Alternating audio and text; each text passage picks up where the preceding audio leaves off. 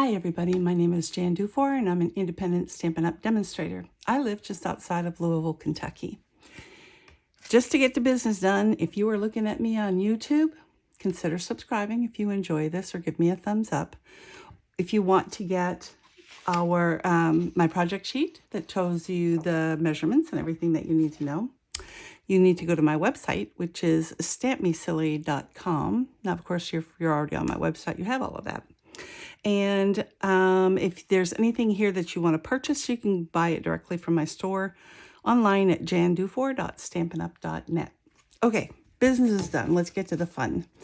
So I thought I would do a couple of things with dry embossing now. Dry embossing involves using an embossing folder and basically pressing the embossing folder through our cut, stamp, and emboss, or whatever kind of a machine that you have, to make texture. There's one texture. Here is another texture. I think I've used this in a different one. I'm going to use it to demonstrate a different technique with it today. I'm using Christmas labels and the dies, Christmas label dies. They are so beautiful. I can't even begin to tell you. They fit all of these different things. This one, of course, I used for winter wishes. I made another card with the peace on earth. It's got beautiful detail. This one is fun. I have to show you this one because it's really cool. I think I made another card with this somewhere. But it fits, and of course it won't fit backwards, but it fits so that you have...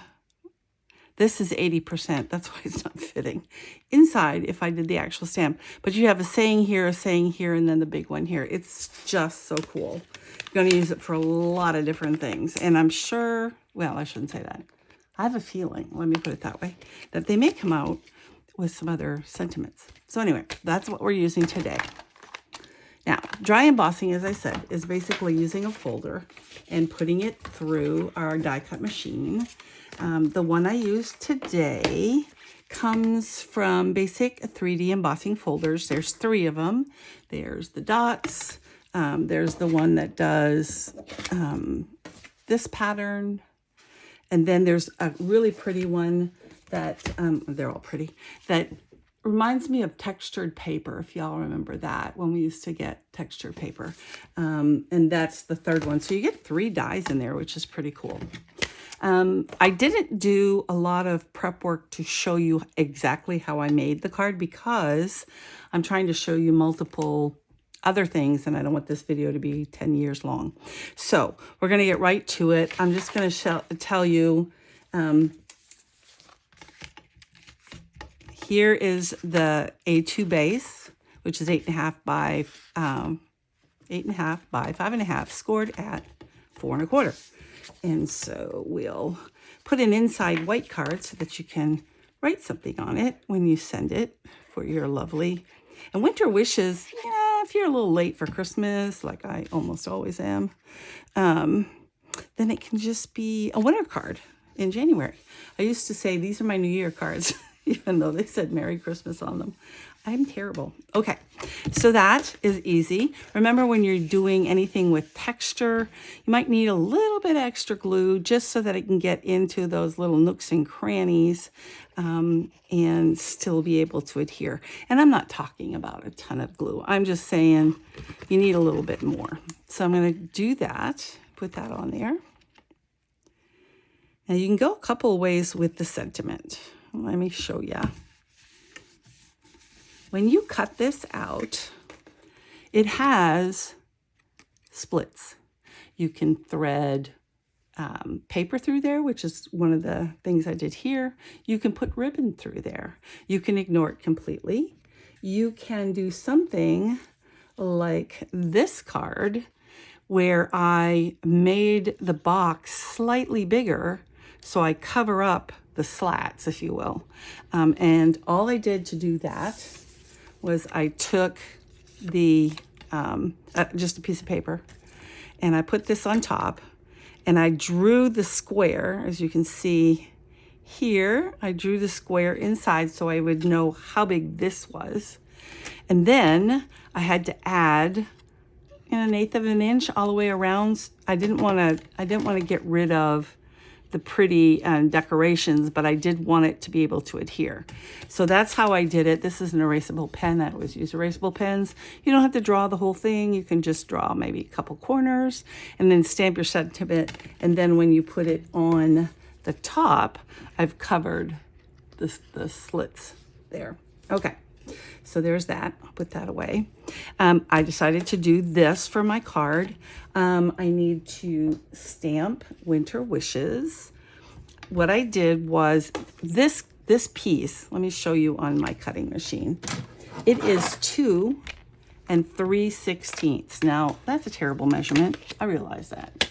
However, I needed to have it so that it wouldn't catch or tear it while it was going through, but yet not show the slits. So what I need you to, let me get my pointer.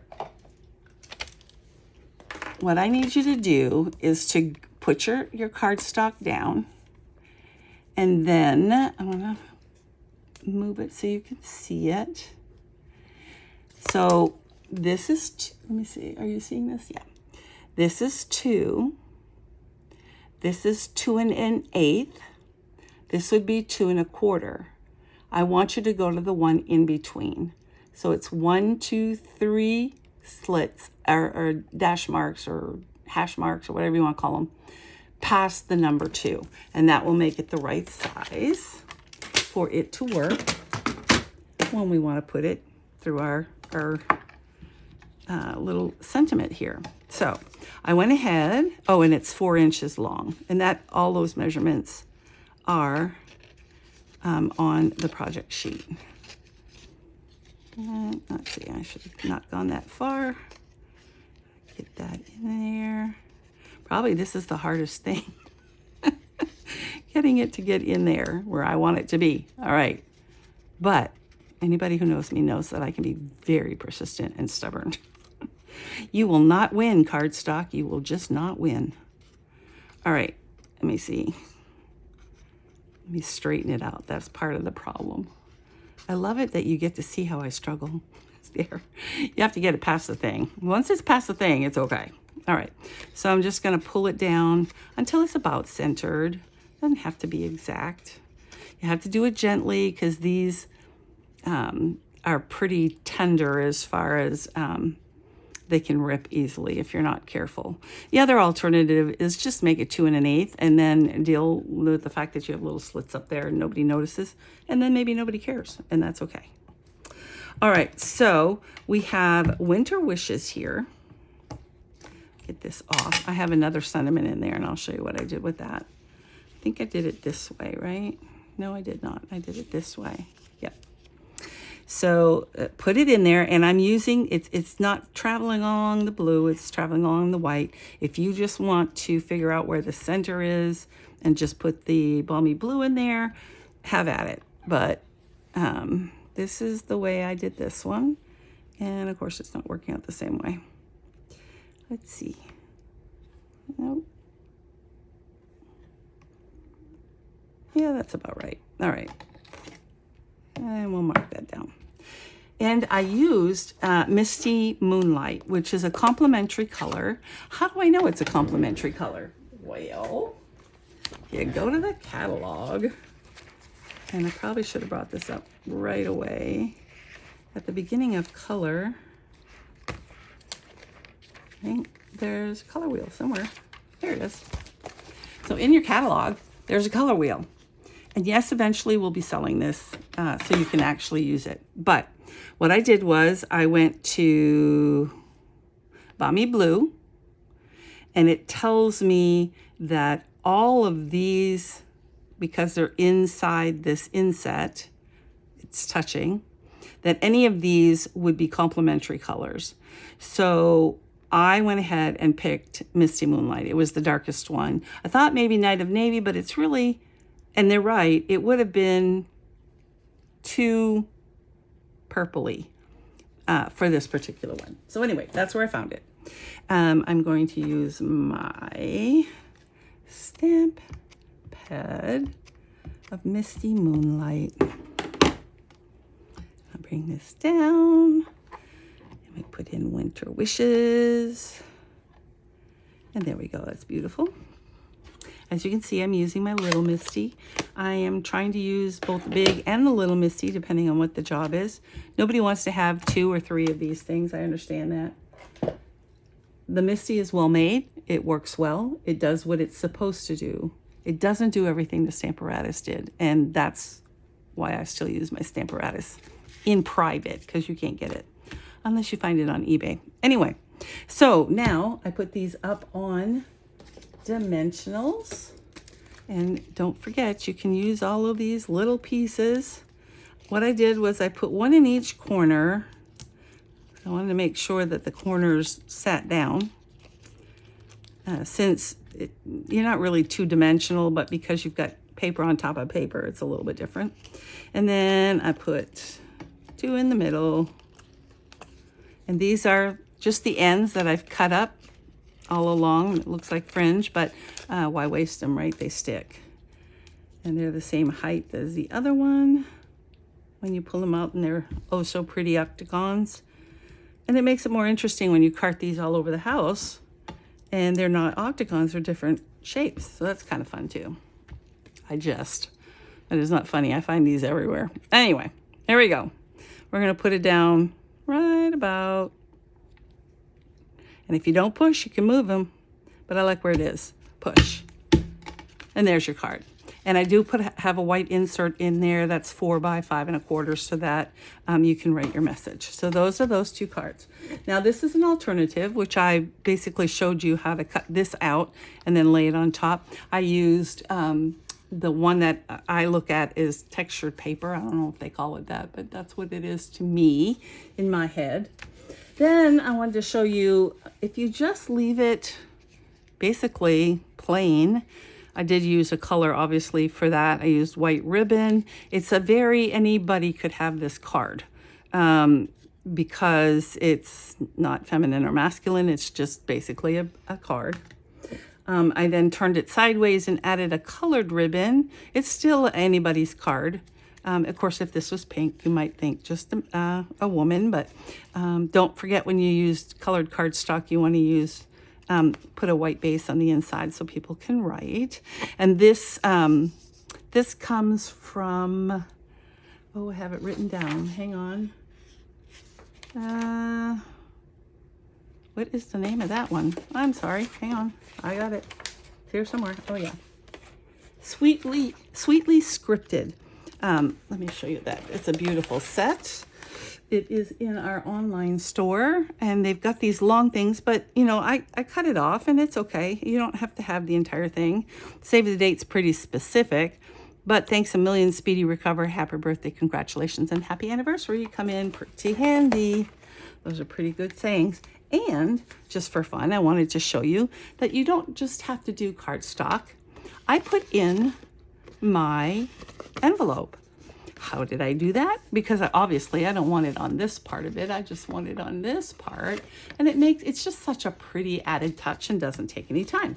So let me show you how I did that, because I'm also going to show you this card, which I basically just did half. So let's take a sheet of paper. And I'm not going to actually run it through because, again, I'm trying to speed this up a little bit. But when you are doing embossing, you only use, it tells you plate 1 and plate 4 with the embossing folder in the middle. You should always put the spine going in first. And basically all I did was decide where or how much I wanted to have embossed. And you just leave the rest of it out. So that's what I did with the envelope. I only wanted part of this embossed, so I did it this way. And if you need to, and I put it along the edge, and then if you need to, you can put it underneath. It will not hurt it. And I scooted that through, and it embossed just the cover.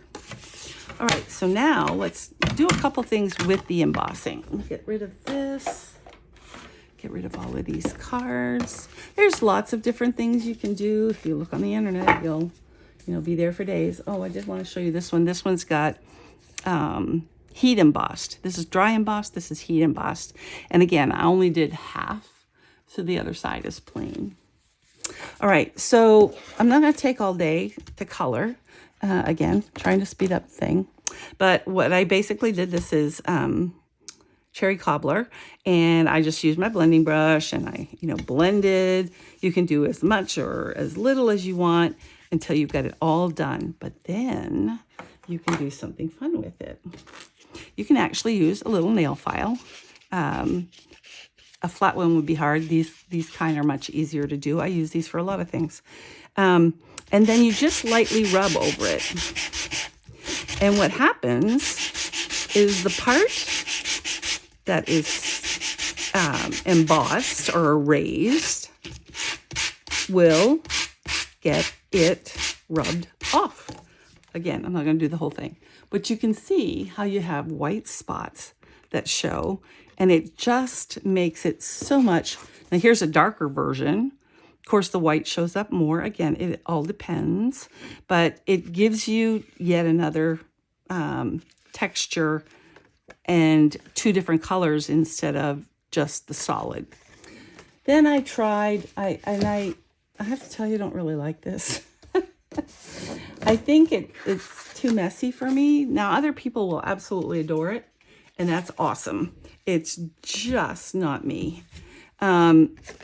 They basically take the embossing folder, which I have since lost because I was getting rid of everything. Let's see. Well, I'll just take another one out. Oh, it's over here. Duh. Okay. They take the embossing folder and they actually lay